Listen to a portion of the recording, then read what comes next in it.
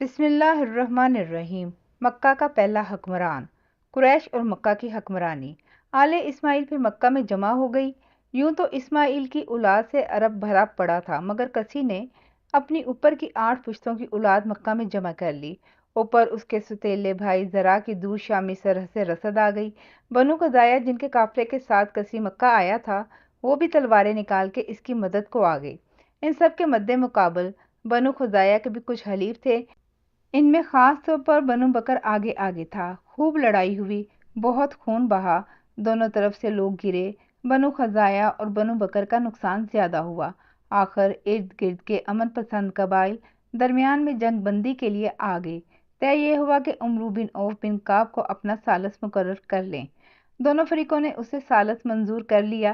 اقرار کر لیا کہ اگلے دن صحن کعبہ میں آ کر دونوں فریقوں کے مابین وہ جو بھی فیصلہ دے گا اس کی پیروی کی جائے گی۔ اگلے دن کا بے تابی سے انتظار ہونے لگا۔ اگلا دن آ گیا۔ دونوں فریق صحن کعبہ میں موجود تھے۔ عمرو بن عوف فیصلہ سنانے کے لیے کھڑا ہو گیا۔ دونوں فریق لب بستہ ہو کے سننے لگے۔ عمرو بن عوف گرجدار آواز والا، موٹا، اونچا، مضبوط آدمی تھا۔ اونچی آواز میں بولا، میرا فیصلہ کان کھول کے سن لو۔ دونوں فریقین کے درمیان جو خون ریزی ہوئی، میں اسے اپنے ان 2 قدموں کے نیچے رونتا ہوں۔ جو ہوا ہو گیا، اب کوئی خون خرابہ نہیں ہوگا، نہ کوئی فریق کسی دوسرے فریق کا خون بہا دے گا۔ رہ گئی بات تولیت کعبہ کی، تو میں نے حسب نسب اور تاریخی حقیقتوں کو سامنے رکھتے ہوئے فیصلہ کیا ہے کہ مکہ کا متولی قصی ہوگا۔ بنو قزاعہ اور بنو بکر اپنے تمام تر اسباب کے ساتھ مکہ کی حدود سے باہر جا کے رہنے کے پابند ہوں گے۔ فیصلہ سنا دیا گیا۔ تعمیل ہوئی۔ کسی دور سے آنے والا مکہ کا سربراہ بن گیا۔ اس نے رئیس مکہ کے تمام حق ادا کر دیے۔ اس سے پہلے خدا کے گھر کے طواف، حج اور عمرہ کے لیے آنے والوں کی آسانی کے لیے کوئی طے شدہ سہولتیں نہیں تھیں۔ کہنے کو دور سے آئے زائرین سے بھتہ لیا جاتا تھا، مگر ان کے رہنے، کھانے اور پینے کے لیے انتظامات نامکمل اور غیر مربوط تھے۔ مکہ کے رہائشی لوگ بھی شہری سہولتوں سے نابلد تھے۔ ان کی باہمی مشاورت کے لیے کوئی مروجہ جگہ تک نہ تھی۔ جنگ اور امن کے دنوں میں بھی وہ قبائل اپنی اپنی بولیاں بولتے تھے۔ مکہ میں کسی کے آنے تک لوگ جھونپڑیاں بنا کے صحرائی خانہ بدوشوں کی طرح رہا کرتے تھے۔ کسی نے جب اپنے آبائی اجداد کے قبائل جمع کر لیے تو انہیں کچے پکے مکان بنا کر رہنے کو کہا۔ رہنے کے لیے مکانوں کی تعمیر کے لیے پہاڑی دروں، گھاٹیوں اور ڈھلوانوں پہ خودرو اگے درختوں کو کاٹنے کا حکم دیا۔ کسی سے پہلے لوگ ان درختوں کو احترام کعبہ میں کاٹنے سے ڈرتے تھے۔ کسی نے کعبہ کی بستی کو بسانے اور سجانے کے لیے انہیں ان خاردار درختوں کو کاٹنے پر رضامند کر لیا۔ یہی نہیں، پہلا درخت اپنے ہاتھ سے کسی نے کاٹا۔ مکہ میں لوگ بسنے لگے تو کچھ قبائل وادی میں ریت اور پتھروں کے گھر بنانے لگے۔ اس وادی کے کئی نام تھے۔ کچھ قریشی قبائل نے اپنے رہنے کے لیے مکہ کی پہاڑیوں کی ڈھلوانوں کو پسند کیا۔ سب آباد ہو گئے تو مکہ ایک شہر بن گیا۔ یوں کسی نے مکہ کی وادی کو پہلی بار ایک شہری نظام سے متعارف کرایا۔ اس شہری ریاست کو چلانے کے لیے اس نے 7 طرح کے مناصب رائج کیے۔ پہلا منصب حجابہ کا تھا۔ یہ منصب کعبہ کو حجاب میں رکھنے کا تھا کہ ہر کوئی کعبہ میں نہ گھومتا پھرے۔ کہنے کو کعبے کی چابی پہلے بھی ہوا کرتی تھی، مگر کسی نے کعبے کے دروازے کو کھولنے اور بند کرنے کے لیے ضابطے مقرر کیے۔ کب دروازہ کھلے گا، کون کھولے گا، اور جو کھولے گا اور جس کے پاس چابی ہوگی وہی کعبے میں نذرانے کے طور پر لائی گئی امانتوں کی حفاظت بھی کرے گا۔ دوسرا منصب رفادہ رکھا گیا۔ کسی نے اپنے لوگوں کو جمع کر کے گفتگو کی۔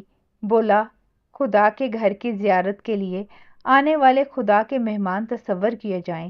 ان زائرین کی ضیافت اور میزبانی ہمارا فرض ہے۔ میں اپنے مال میں سے حصہ دوں گا، تم اپنے مال سے اس میں حصہ ڈالو۔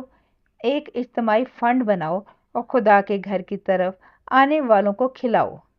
تیسرا منصب سقایا تھا۔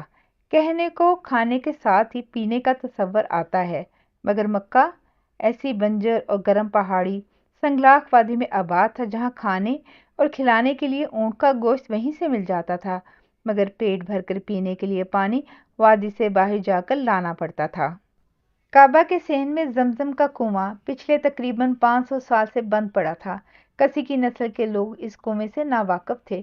انہیں علم ہی نہیں تھا کہ کبھی یہاں خدا کے گھر کو بنانے والے آئے پہلے زائر کی ایڑیوں سے یہ چشمہ جاری کیا گیا تھا، جو شاید بتوں کو اس مقدس جگہ پہ رکھنے کے باعث چھپا دیا گیا۔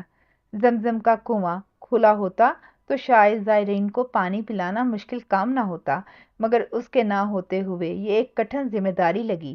کسی نے چمڑے کے بڑے بڑے ٹب بنوائے۔ مکے کے باہر سے اونٹوں پہ چمڑے کی مشکیں لاد کے پانی لایا جاتا، پھر اس پانی کو چمڑے کے حوضوں میں ڈال کے حاجیوں کے لیے رکھا جاتا۔ یہی نہیں، اس پانی کو خوش ذائقہ اور غذائیت سے بھرپور بنانے کے لیے اس میں کاٹ کاٹ کے خشک میوے خصوصاً کشمش کو ڈالا جاتا۔ چوتھا منصب ندوہ کہلاتا تھا۔ کسی سے پہلے تو مکہ میں کوئی پکا مکان تک نہ تھا۔ اس نے رہائشی قبائل کو مستقل مکانوں کی تجویز دی تو رئیس مکہ کے لیے ایک وسیع عمارت بنوائی جس کا صدر دروازہ صحن کعبہ میں کھلتا تھا۔ صحن کعبہ کی ان دنوں کوئی بیرونی دیوار نہیں ہوتی تھی۔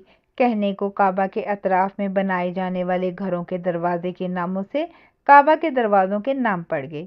ہر تقریب وہاں منائی جانے لگی۔ یہ پانچواں منصب الوا کہلاتا تھا۔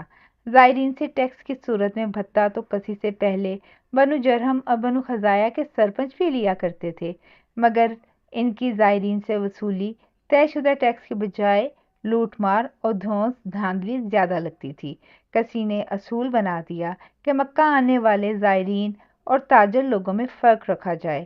ٹیکس کی بھی ایک حد مقرر کر دی گئی، اس لیے یہ ٹیکس عشر کہلانے لگا۔ یہ عشر دے کر اپنے آنے والے دنوں میں مکہ میں قیام کے دوران کھانے پینے اور رہائش کی مفت سہولتیں حاصل کرتے۔ کسائی نے جہاں قبائل قریش کو زائرین کعبہ کی آسائش بہم پہنچانے پر راضی کیا، وہاں کچھ اپنے قبائل کی فوقیت کے لیے رسومات بھی رائج کر دیں کہ وہ خانہ خدا کے طواف کے لیے مخصوص 2 کپڑے مکہ سے خریدیں گے۔ قصائی نے مزدلفہ میں حج کے دنوں میں مسلسل آگ کے الاؤ جلا کے روشنی رکھے جانے کی رسم بھی شروع کر دی۔ بہرحال قصائی مکہ کی شہری بستی کا پہلا حکمران بن گیا۔ اس نے بڑی لگن، جذبے اور دبدبے سے حکمرانی کی۔ اس کے 4 بیٹے اور 2 بیٹیاں تھیں۔ عبد مناف، عبد ادار، عبد العزیٰ اور عبد قصی بیٹوں کے نام تھے اور بیٹیاں تخمر اور برہ تھیں۔ قصی نے طویل عمر پائی۔ اس کی عمر میں ہی اس کے بیٹے معاشرے میں اپنا مقام بنا چکے تھے۔ یوں تو اس کے سبھی بیٹے بہادری، شجاعت اور اعلیٰ ظرفی کے معیار پہ قرب و جوار میں مشہور تھے، تاہم چاروں بیٹوں میں دوسرا بیٹا عبد مناف اپنی شخصیت کی دل آویزی، حکمت اور بہتر سفارتکاری کے باواسطہ مکہ کی بستی میں ہی نہیں بلکہ دور کی بڑی ریاستوں تک تعلقات بنا چکا تھا۔ جاری ہے۔ جزاک اللہ خیر۔